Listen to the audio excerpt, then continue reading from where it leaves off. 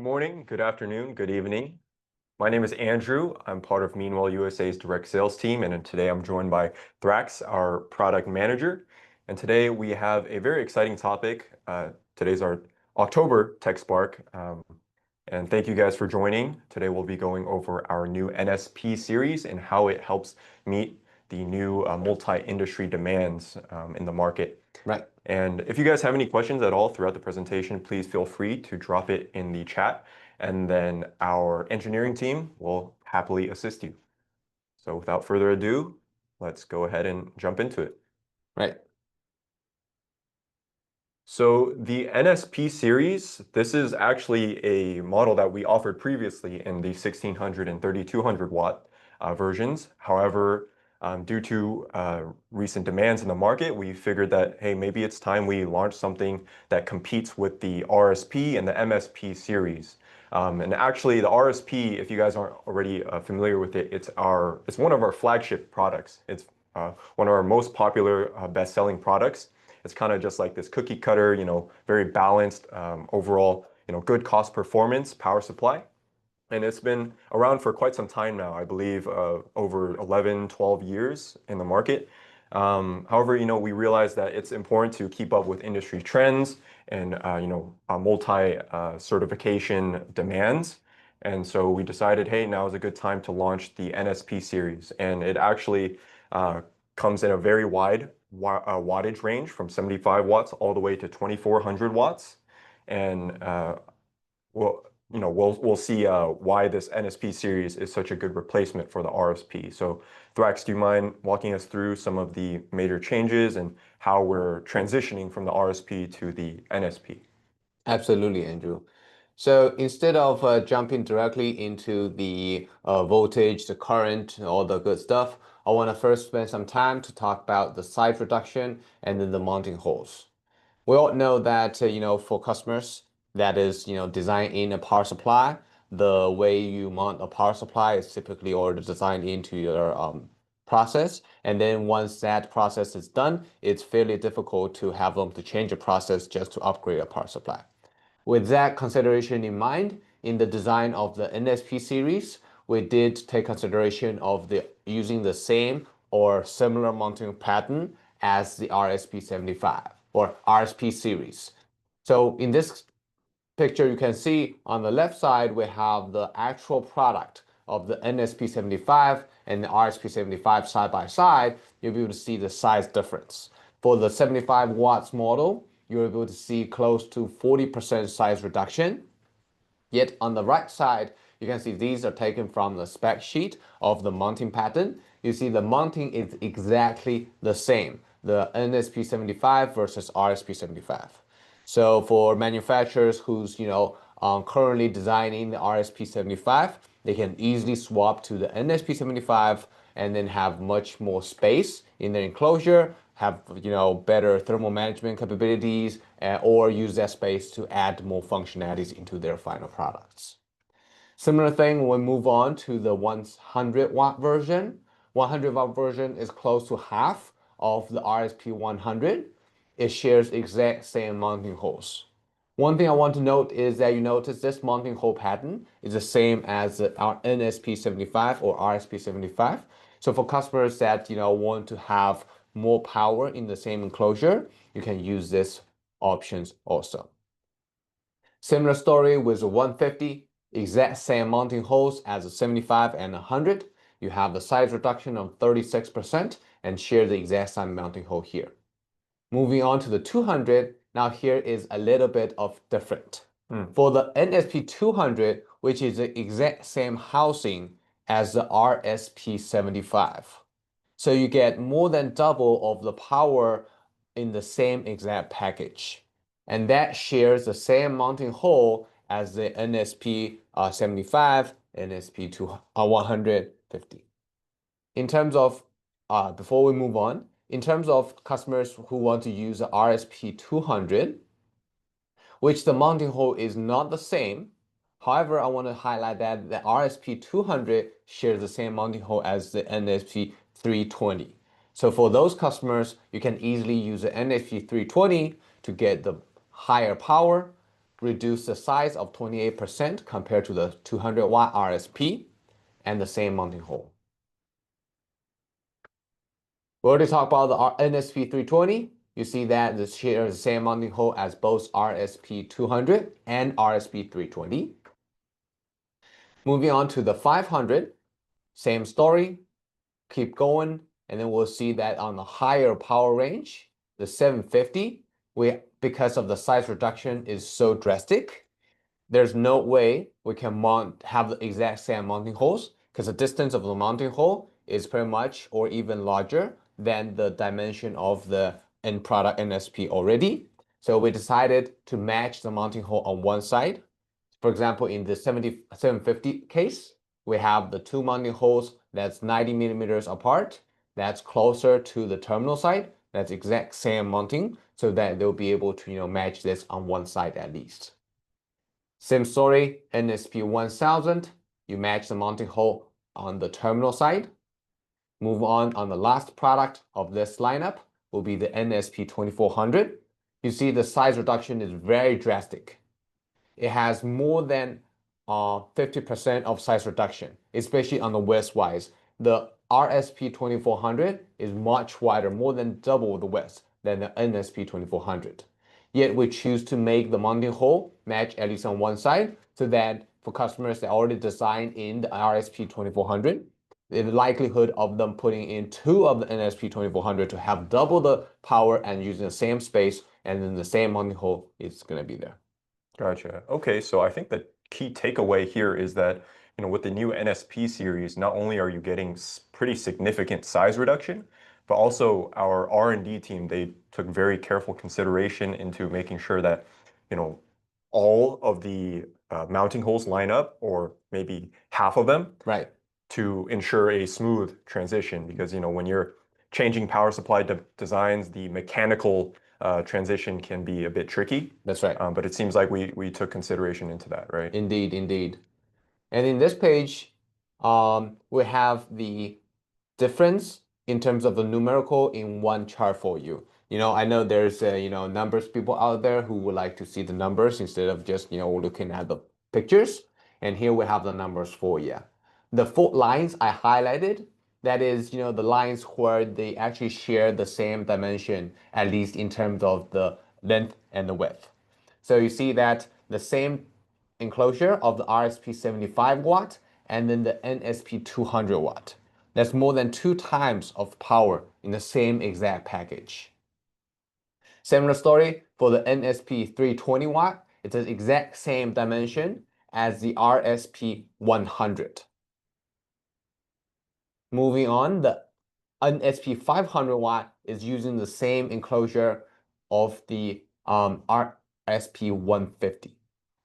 Right? So you see that, if on one side, if you're looking at the power level, you see the size reduction. On the flip side, you can also look at in the same package, how much more power I'll be able to get if I use the NSP series instead of the RSP series. Got it. So essentially, you're getting far more power density. That's right. Got it. Okay, very cool. And yeah, in this page, I'll just, go into a little bit more highlighted differences in terms of other specifications of the NSP versus RSP, right? Starting with the input voltage, we expanded the input voltage range. Obviously, the RSP already have the universal input range from 85 to 264, but we want to be able to, allow customers who's putting it in the 277 industrial 3-phase applications, where we increase the input voltage of the NSP to 305. For that cases, more specifically, we have low power consumption. We have, for the output wattage wise, we have, 75 all the way to 2400. And in addition, we have 200% peak power. Just for the people wondering, might be wondering, the 200% peak power, why did we add that to the NSP? Why is that important? I see. So typically you see the peak power application in terms of motor loads, where when you pretty much you can understand it as like you're trying to jumpstart a motor, you require much higher power than the what the motor requires when it's running smoothly. Mm. So we added not only the NSP, there's a whole bunch of other products that also have peak power. So if you guys, the customers need motor loads type of deal, then you'll want to choose the peak power options, because if the power supply, say, does not have peak power capabilities, then say I'm powering up a 1,000 watt motor, Hmm. then in the start, you may need 2,000 watts. Right. So for cases like that, a customer may have to put in multiple power supplies in order to meet that need just for the beginning.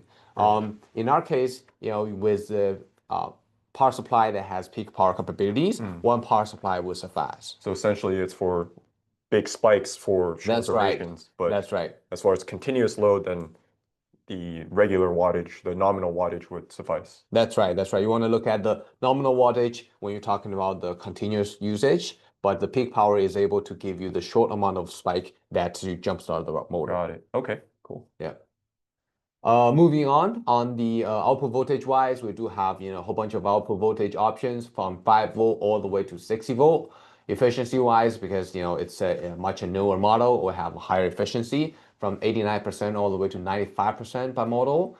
Operating temperature, we have wider range. You can go up to 85 degrees Celsius and still functioning. And one thing I want to highlight is the programmable voltage as well as a programmable current. Not only where it's have the ability to go beyond 100%, especially on the voltage side, you can go up to 120%. But more importantly, this NSP series is able to program the voltage and the current down to 0%. Effectively, customers is able to use, say, Modbus or CAN bus communication, and then reduce the voltage down to zero, effectively shutting the power supply down. That is something that, in the previous generations, like the RSP, for example, it can do minimum will be 40% or 20% depending on model. In order to remotely shut down the power supply, the customer will have to connect a different communication cable, send a different command, that sort of things. While for this, just use the same communication, Modbus or CAN bus, you'll be able to make it happen. Got it. And I noticed on the right side for the RSP, the voltage options, I see, 2.5, 3.3, 4 volts. But then for the NSP, it looks like we removed that. Does that have to do with the 0 to 120% programmable voltage? Yeah, I mean, so for those, I would suggest, for customers that, interested in using the 2.5 volt or 3.3 volt, just, really take the advantage of the wide output voltage programmable functionality here, so that you'll be able to use a 5 volt model to cover all the needs from 2.5 all the way up to 5. Similarly, like say we have 13.5 volt on the RSP series, and then you can totally use our 15 volt model on the NSP in order to cover that. Oh, got it. Okay, nice. And I'll just be going over some other specs that have to do with safety and leakage current, things like that. I can start with that one. So the NSP, if you didn't know already, it is actually rated for medical applications. So it has 2x MOPP certification and very low leakage current, which allowed it to qualify for that certification. So previously, only our MSP series offered this as an enclosed type power supply. However, now we have the NSP, which kind of serves as a universal multi-industry power supply. As you can see, the safety certifications at the bottom, right? Multi-country and then multi-industry as well. You have industrial, you have medical, you have household as well. And that leakage current, 350 to 500 milliamps at 277 VAC. Before the RSP would be 1 to 2 milliamps. And in medical applications, that difference plays a huge impact, actually, especially for means of patient protection, which is probably the most stringent requirement by medical applications. There's also OVC level 3, over voltage category level 3, which is essentially the industry standard now. I believe the RSP was OVC level 2, so that's an upgrade there. And then one thing I want to highlight is that these units are conformally coated. And if you guys don't know what that is, it's essentially a spray, like a protective spray on the PCB that goes over the components, and it basically helps to protect from moisture and dust, Right. right? And that essentially helps prolong the lifespan of the power supply. And that's part of the reason why we were able to increase the warranty from 3 years to 5 years on the NSP because of that conformal coating. And we'll just briefly touch upon those safety certifications that were listed on the previous slide. So PFC, that's power factor correction. So very important. It's pretty much a must-have in Europe for applications over 100 watts. Semi F47, this is a big requirement for the semiconductor industries. I don't know if you guys have worked with any semiconductor fab companies, but voltage sag, that's very common. When they're starting up their equipment, there's huge spike in inrush current, and then the voltage will sag, and that'll cause a lot of issues for the chip making. So that's something that we specifically applied for. Previously, the NSP 1600 and 2400, 3200, they met the requirements, but we did not actually apply for the certification. So this time we went the extra mile to go get you that mark. CB, of course, we harmonized to all of these standards. So 62368, that's the general IT audiovisual equipment standard that I'm sure you guys are very, very familiar with. 61558, this is more on the industrial side. 61010, this is for like lab safety and, lab testing and measurement equipment. And then 60601 is the medical standard we just went over. 60335, this is for household appliances. And then 62477, this is more of a niche power converter requirement or certification. And then, of course, DECRA, so we harmonized these to the EN standards for European nations. And then for US and Canada, we have 62368 under UL recognized, and then 60601 UL recognized as well, and then UL listed for 61010. And then as for the country-specific marks, we have Australia, New Zealand, China, Taiwan, KC or Korea, BIS, which is India, the Eurasian nations, and then CE for Europe, and then UK for the United Kingdom. And then, based off the fact that we certified to all of these different standards, now you can see that we can essentially target every industry now, right? We have automation, right? We have security, networking, telecom, household, and even medical, right? So really the NSP is very universal. Definitely, for any new projects, I would highly recommend pitching the NSP. Speaking of projects, I know that you have a project you want to share with us. Yeah. So this is still haunts me to this day. So this is actually a lost opportunity that the NSP, the new NSP would have helped a lot with, right? So just a bit of background on this project. I won't leak too much info. We're under heavy NDAs, but it is a very, very famous biotech company, and they were doing an NPI project at the time, right? So new product introduction. And the system that they were developing was equipment for disease diagnosis and treatment. And the EAU, the starting EAU, was 1,000 pieces, right? And essentially what they needed was a 1,500 watt enclosed power supply, and they needed universal input 48 volt DC. But the kicker was that they required UL 60601 and 2x MOPP. And the only solution we had at the time was the MSP 1000, right? Right. That even came close. And even then, like we couldn't meet the 1,500 watts. We would have to parallel two of them together, current share, and to be able to meet that 1,500 watt. So that was the challenge, right? It can only go up to 1,000 watt. We parallel two, we get 2,000 watts. However, that would have taken way too much space in their system. They had already essentially, they basically gave us these dimensions that they already mapped out. They had all of their components ready. They were just missing the power supply. Unfortunately, all we had at the time was the MSP, and we lost that project because of the size requirement, right? But now we have the NSP solution, right? Not only is it UL 60601 certified, it also comes with that significant size reduction that Thrax went over earlier, right? And on top of that, better performance, right? Much higher efficiency, and it's actually more cost effective as well on a power density comparison level. Right. And yeah, I mean, one single NSP 2400 48 would have won us that project. Well, unfortunately, it wasn't out at the time, right? We're just a little bit too late. But this, use this as a learning experience for you guys. My failure can maybe become your success, right? And so in the future, If there are any similar projects, customer needs it enclosed, medical power supply, definitely pitch the NSP. Remember that it's MOPP class and it's 60601 certified.